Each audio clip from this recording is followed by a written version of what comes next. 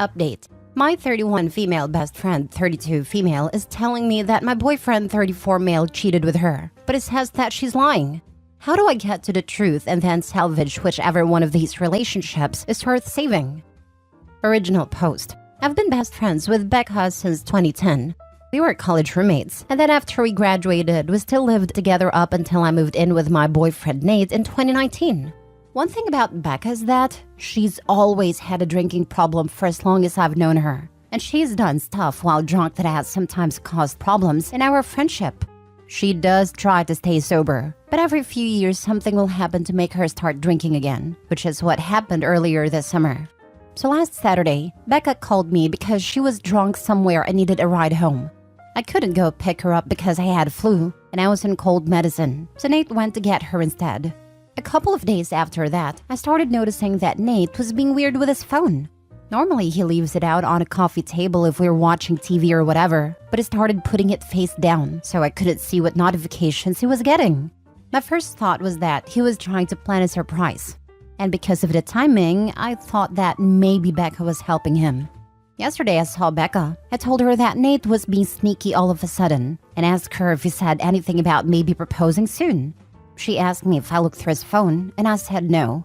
Becca started crying and told me that she and Nate hooked up in his car that night that he came to pick her up. Her excuse was that she was really drunk and didn't fully know what she was doing. She said she'd been texting him since, telling him that he needed to tell me what happened or else she was going to. I asked Becca to show me the texts, but they were all in the app Signal, which deletes messages after a day. So all I could see was that she and Nate had a chat thread, but nothing that they said. I told her to text Nate in front of me, so I could see what he said. And she did, but we got no read receipt and so no response at all, so it didn't prove anything. I asked Becca if she was sure she wasn't so drunk that she maybe imagined it, or thought a dream was real, and she absolutely lost it on me. I said that she knows that she's horrible when she drinks, but that she's not freaking delusional, and she doesn't make things up. She said that I could believe her or not and it's my choice, but she was telling me the truth. I just said I needed to go home and talk to Nate. So when I got home, I confronted Nate with what Becca had said, and he acted shocked and denied that anything like that happened at all, and said he didn't know why I should think so or say so. He said that he had just given Becca a ride home, and the only thing that happened was that they talked about how he and I had been together for a long time and how we should get married already. He admitted they were talking on Signal the next couple of days, but he said that it was about exactly what I thought, that he was asking her about engagement rings and what kind of proposal I would want. Nate replied to Becca's message from before, asking her if she made up a story about them hooking up to not ruin the surprise about his proposal. And she texted him back that there was no proposal and to stop playing dumb. So then Nate called her pretending like I wasn't in the room and told her that she needed to stop whatever she was trying to do because we were on the verge of breaking up and he'd rather just have the surprise be ruined.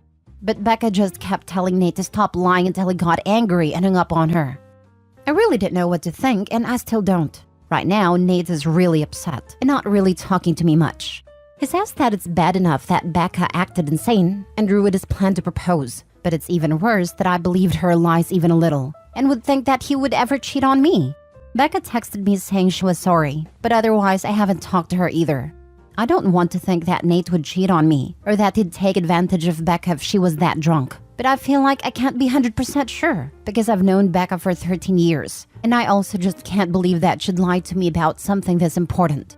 And I know that she does have a drinking problem, so I can believe that she'd sleep with my boyfriend if she was drunk out of her head.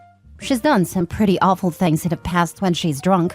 I don't want to wrongly accuse Nate of something he didn't do, but I don't want to be an idiot. Now for the top advice before reading the update. What else has Becca done to you while drunk? I feel like more past context is needed. Does she normally black out? Forget things? Misread situations?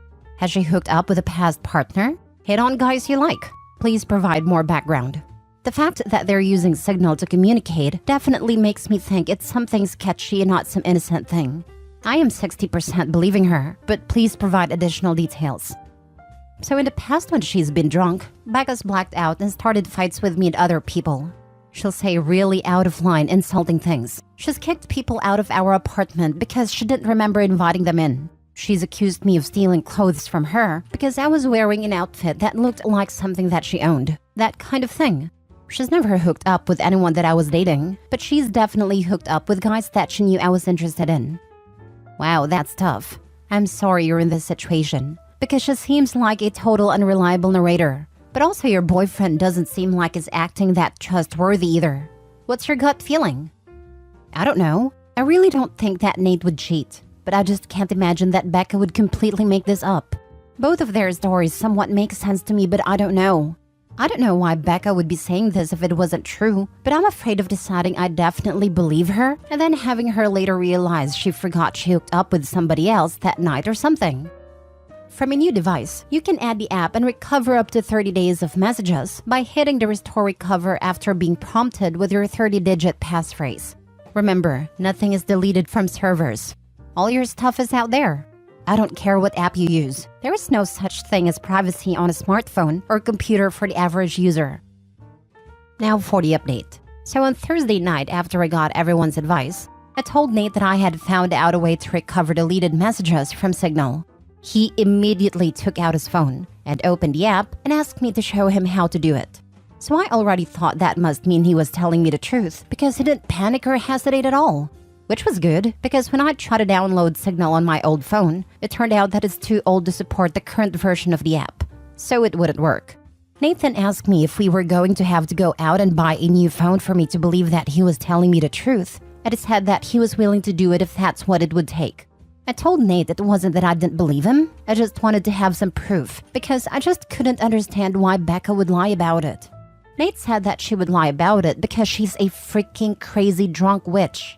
And there's literally no way for a non-crazy person to understand why she would do anything. And once the messages prove that, he didn't ever want me talking to her again. Then his had to get up because if we were going to go to the Verizon store, we had to get there before it closed. By then, I completely believed Nate anyway. So I told him we didn't have to go anywhere or get a new phone, and that I believed him and I knew he didn't cheat on me, and that he would never do that. Nate said that he would hope I know that, and that he didn't understand why I didn't take his word for it in the first place. I started trying to explain why I didn't want to just immediately dismiss what Beck had said happened, but Nate said that he really couldn't listen to that right now. I said that was fair and agreed that I would cut Becca off. But at first, I wanted to try to get her to admit that nothing happened. Nate said fine, but to call her with my phone on speaker, because he thought he also deserved to hear her admit that she was lying. So I called Becca and I said the same thing to her that I said to Nate, that I've figured out how to recover deleted messages on Signal. She asked me why I would need to do that, so that was when I knew for sure that she was definitely making it up, and not just confused somehow. I said it was because I wanted to have proof of what she and Nate talked about. Becca asked me if I saw their messages, so I lied and said yes. After that, Becca just went silent, until finally I asked her if she was going to say anything. Then she asked me if that meant that we were engaged now. So then I really just lost it on her and screamed at her, asking her if she was freaking serious. And what the heck was wrong with her? And how could that possibly be all that she had to say? Becca started screaming back, telling me to calm down and about how obviously I never believed her anyway, because it's not like we broke up over it. I was crying by that point, and because of that I couldn't really say anything else. So then Nate told Becca to get lost and to never ever contact either one of us ever again, and hung up on her. A minute later, Becca sent me a completely unhinged text that I'm quoting here verbatim apart from changed names. Courtney, you are supposed to be my friend for life. You are supposed to be there for me. You are supposed to be my person. But then you meet Nate and now you only care about Nate. Everything is about Nate. Tell me why Nate comes to pick me up when I call you. I called you, not your precious freaking Nate. I only want you to see how messed up this is. But do you? No, of course you don't. Of course you choose Nate over me like you always do, and like you always will. You pretend to care about me, but I can see you don't care. It is pathetic, Courtney. You are a pathetic woman who would choose a man over a friend. Since you have to have your sweet, perfect little baby Nate do it for you, I will. Goodbye, Courtney. Is that what you want? Goodbye forever. I hope you got what you freaking want. There were the 3 dots after that showing she was still typing more, but I blocked her before she sent it. I don't care about anything else that she has to say. I'm sure it's all just going to be more BS about why this is my fault, or justifications about why what she did wasn't that bad and I should forgive her.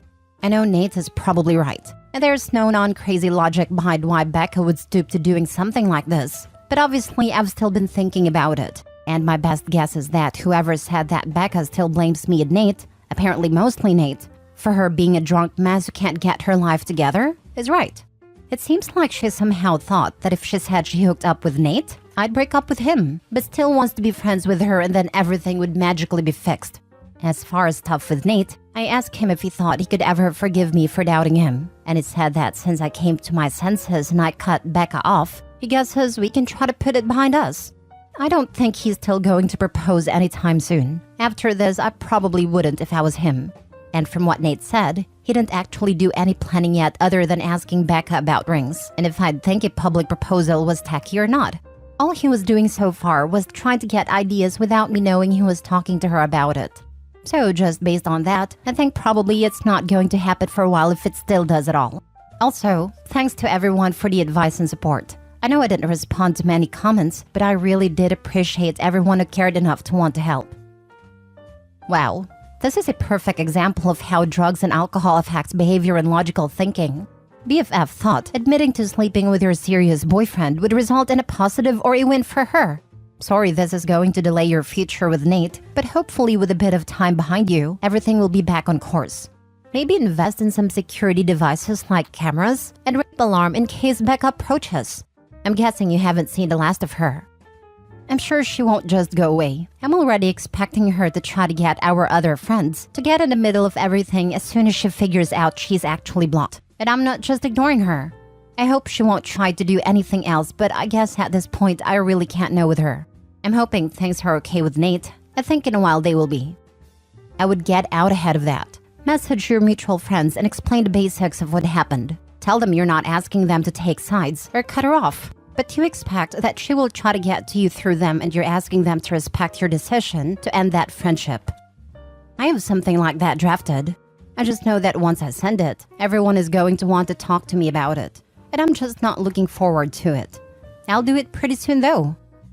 It sounds like you are the most patient one of her friends regarding her drunken mishaps. I'm sure your other friends will be on your side once you explain her lies. Had you been pressuring Nate to propose at all? Not even. We've talked about it a little just because I'm getting into my 30s and whatever, but to be honest, getting married isn't even that big a deal to me. Or to Nate either, I don't think. I actually somewhat have the impression that Becca bringing it up made Nate think that I had said something to her. So that's why he decided to ask now. But obviously this doesn't seem like the best time for conversation about it. So that's just my feeling. Well, if it isn't something you've been pressing for or even want necessarily, just concentrate on getting your relationship back to where you want it. Sounds like if you stay no contact with Becca, you have a good shot of that happening. I'm curious if Becca ever said anything to you when she hooked up with guys you liked? Do you think she was blocking you on purpose to keep you for herself? Did she try anything with Nate before you were exclusive? Or was she drunk and looking for hookups? I don't think she ever put enough thought into those hookups to be malicious like that. She was just inconsiderate and would go after whoever. Last story. My girlfriend, 28 female, doesn't want me, 27 male, to keep our current dog because she's old and thinks she'll cost more money than we need to spend. How can I respectfully tell her I'm not getting rid of the dog? Me and my girlfriend have been dating for 6 years. I brought a dog into the relationship who was 5 years old at a time. The dog is currently 11. I had conversation with my girlfriend about this and the possibility of another dog. The first thing she said was, no, dogs in general are expensive. Which reminds me, you should get rid of the brat we have right now, because all dogs like her are so much more expensive.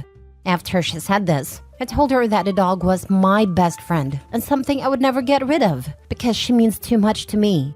I told her that the dog matters more than money. She got mad, and she said that the dog should matter less than what she wants, because we've been dating for 6 years.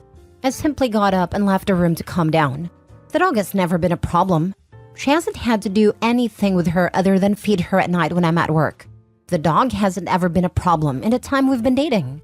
She's mostly lazy, and the most she does is a daily walk that my girlfriend hasn't ever had to do.